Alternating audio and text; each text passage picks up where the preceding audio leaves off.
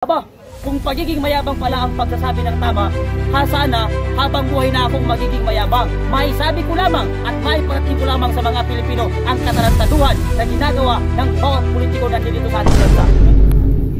Kamusta ka, Park? Palagi tayong nasa mabuting kalagayan ngayon sa awa ng Almighty God. May dalawang tanong ako sa iyo, Park. Yes? Anong masasabi mo na gusto ni Bongbong Marcos na makipag-usap kay Vice President Sara Duterte at ibalik daw po yung Uniteam? So, sa tingin ko, mahirap yun, Bongbong Marcos. Sa lahat ng ginawa mo sa mga Duterte, meron ka pang kapal ng mukha na natitira na humingi ng paumanhin at gusto mong maayusin ang mga gulo, no? Unang-una sa lahat, napakalaki ng kasalanan mo sa mga Duterte at hindi lang sa mga Duterte o hindi sa lahat ng mga Pilipinong mamamayan na naninirahan dito sa ating bansa. Tignan mo kung gaano ka kawalan ng utang na loob. Si Rodrigo Roa Duterte, ipinalibing ang tatay mo. Lahat ng naging presidente ng Republika ng Pilipinas, hindi nila pinahihintulutan na ang tatay mong magnanakaw ay ipailibing. Ngunit nung naupo si Rodrigo Roa Duterte, kahit hindi sanghayon ang karamihan sa mga Pilipino at ang ibang mga politiko, ipinalibing ni PRRD yun. Pero, ano ang ipinalit mo doon? Ipinakulong mo si Rodrigo Roa Duterte. Ipinakulong mo ang nagpalibing sa tatay mo. Ganun ka walang utang na loob at ngayon gusto mong ibalik ang Unity. Bakit? Nakikita ni Bongbong Marcos na pabagsak na ang kanyang administrasyon at gusto niya ulit kumapit sa mga Duterte para maresolba itong administrasyon niyang bulok. Yun. Pangalawang tanong, Kuya Park. Ngayon ay tataasan po yung sahod ng mga kasundaluhan po natin.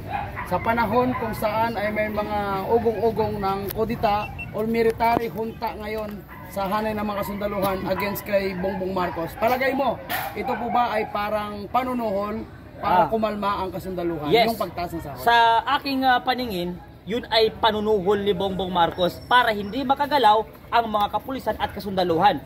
Yun lamang po ang ibig sabihin kung bakit ngayon pa lamang itataas ni Bongbong Marcos. Kasi kung yun talaga ay kasama sa mga advokasya ni Bongbong Marcos nung siya nangangampanya, dapat mas maaga niyang tinaasan ang sahod ng mga kasundaluhan at kapulisan, hindi ngayong meron siya naririnig na ugong-ugong tungkol sa pagkudita ng mga kasundaluhan at mga kapulisan. Ang dapat na gawin ng mga kapulisan at kasundaluhan natin, pakinggan ang boses ng mamamayang Pilipino, hindi ang boses ng mga iilang mga politiko. Ang pulis at sundalo, nandyan yan hindi para protektahan ang kahit sino mga politikong gago. Nandyan ang mga kapulisan at kasundaluhan para protektahan ang sibilyan na naninirahan sa ating bansa. Hindi sila nandyan para maglingkod para sa kani-kanino mga politiko. Dahil ang sahod ng pulis at sundalo at politiko ay galing sa buwis ng taong bayan. Kaya marapat lamang na ang mga kasundaluhan at kapulisan ay pakinggan ang boses at inahin ng taong bayan.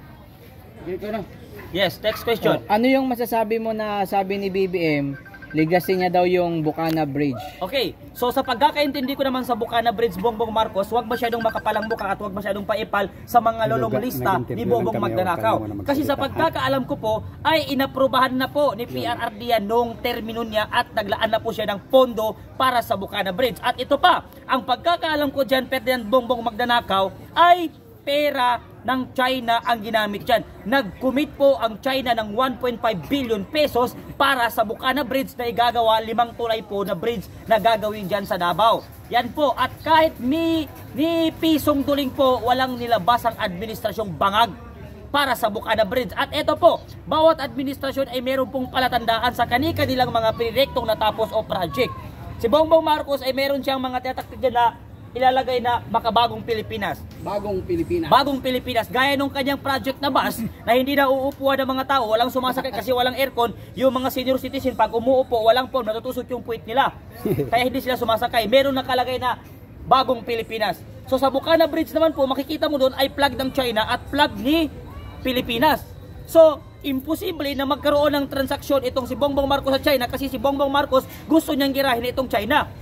Kaya imposible na mapasa kanya yan. So pag merong China dyan at merong Pilipinas, ibig sabihin automatic na yan ay advokasya at project ng dating administrasyon na si Rodrigo Roa Duterte. Huwag masyadong paepal Bongbong Marcos kasi wala ka pa pong nagagawa na proyekto sa ating bansa.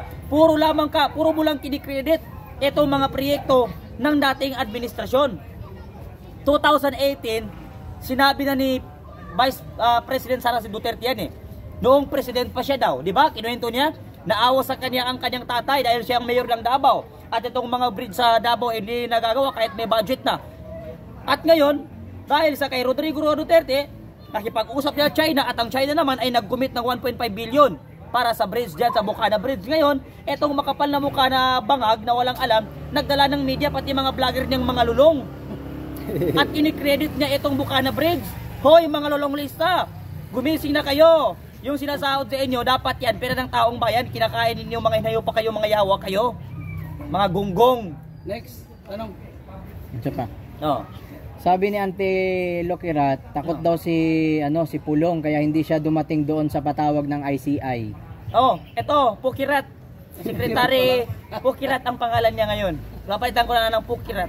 Okay, Pukirat, hindi takot yang si Pulong Duterte.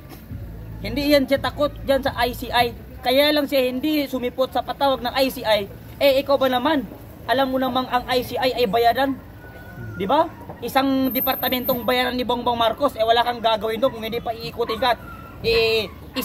Isisi lahat sa mga Duterte ang mga nangyayari. Yan yung gawain nito si Pukirat. Huwag mong masyadong takpan yung amo mong lulong. Kasi wala na kayo kahit anong gawin yung linis. Eh, ito pang malaking pagkakamali ni Pukirat. No? Ang mga napili ng mga vlogger eh puro mga lutang. Oo, sayang yung binabayad yung 5,000 every month kasi napili yung mga bobo, walang mga alam na vlogger, mga tanga. Okay, Si Sangkay TV. Yan si Sangkay TV, adik yan. Gumagamit ng marijuana yung gago na yan. Biruin mo yung nag-post siya. Ang pinost niya, papatain ng mga DDS si Kiko Barzaga at isisisi kay Bongbong Marcos. Kung hindi ka ba naman adik, bakit mo na i-post yun? Tarantado, fake news, gago, inutil, hampas lupa, iyawa, bobo, tanga, lutang, gago. May tanong ako. Oh. Di ba may lumalabas ngayon na sabi ng First Family na sinasabi nila na willing na sila magpa lifestyle check. Very Ano good. masasabi mo? Napakaganda. Napakaganda. Dapat nyong gawin yun para naman mabawas-bawasan yung katangahan ninyo at galit ng taong bayan sa inyo. So yun lamang. Isa ayaw mag-fire politon. Ayaw nila? Eh automatic na yan, mga adik at mga bangag yan. Sana lang. Oh. Nung nakaraan, kasya na daw yung 500. Tapos ngayon naman, yung 20 pesos pwede na daw sa mga inaanak. Sino bang nagsasabi niyan? Si Secretary Roque. Secretary Roque. Secretary Idol mo Roque. yan eh. Pati itong undersecretary na sino nga yan? Nagpagsalita ng Malacanang na Claire Castro. Pukaret. Ito, Pukirat, pati si Roque, Pukirat. Secretary Roque, ito ang gawin nyo. Pwede na yung pang 20 pesos pang bigay sa mga pamangkin. Tapos yung 500 Noche Buena. Tayong tatlo, iniimbitahan ko kayo, doon tayo mag-Noche Buena sa bahay namin sa Mindanao.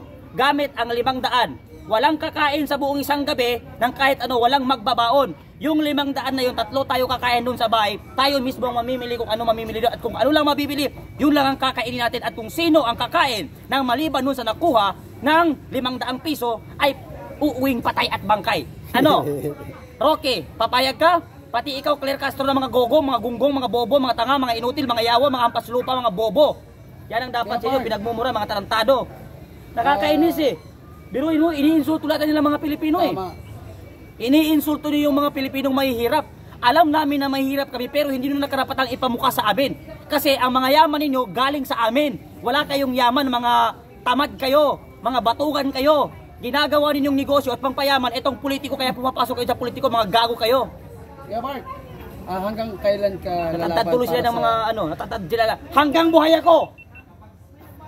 Okay pa ba? Kaya pa ba? Kaya ko. Hanggang buhay ako, lalaban ako para sa bayan. At ito ang mensahe ko sa inyo na sinasabing makukulong ka, mamamatay ka, sabi ng mga lolong lista. Tandaan ninyong mga lolong lista, hindi nakakahiya na makulong ka na lumalabang ka sa bayan. Hindi nakakahiya na mamatay ka na lumalabang ka sa bayan. Pero nakakahiya na binoto ka ng mga Pilipino at tinatawag mo ang sarili mong public servant pero hindi ka public servant sa mukha ng mga tao kung hindi nagpapahirap sa ating bayan. Yan po ang nakakahiya. Mas nakakahiya yung naging public servant ka pero ang ginagawa mo ay pagnanakaw at paghihirap sa taong bayan. Hindi nakakahiya na namamatay ka o makukulong ka dahil sa pakikipaglabang mo sa tama. At kung sinasabi naman ng iba, napakayabang ni Kuya Park. Aba, kung pagiging mayabang pala ang pagsasabi ng tama, sana habang buhay na akong magiging mayabang. May sabi ko lamang at may parating ko lamang sa mga Pilipino ang katarantaduhan na ginagawa ng bawat politiko nandito sa ating bansa.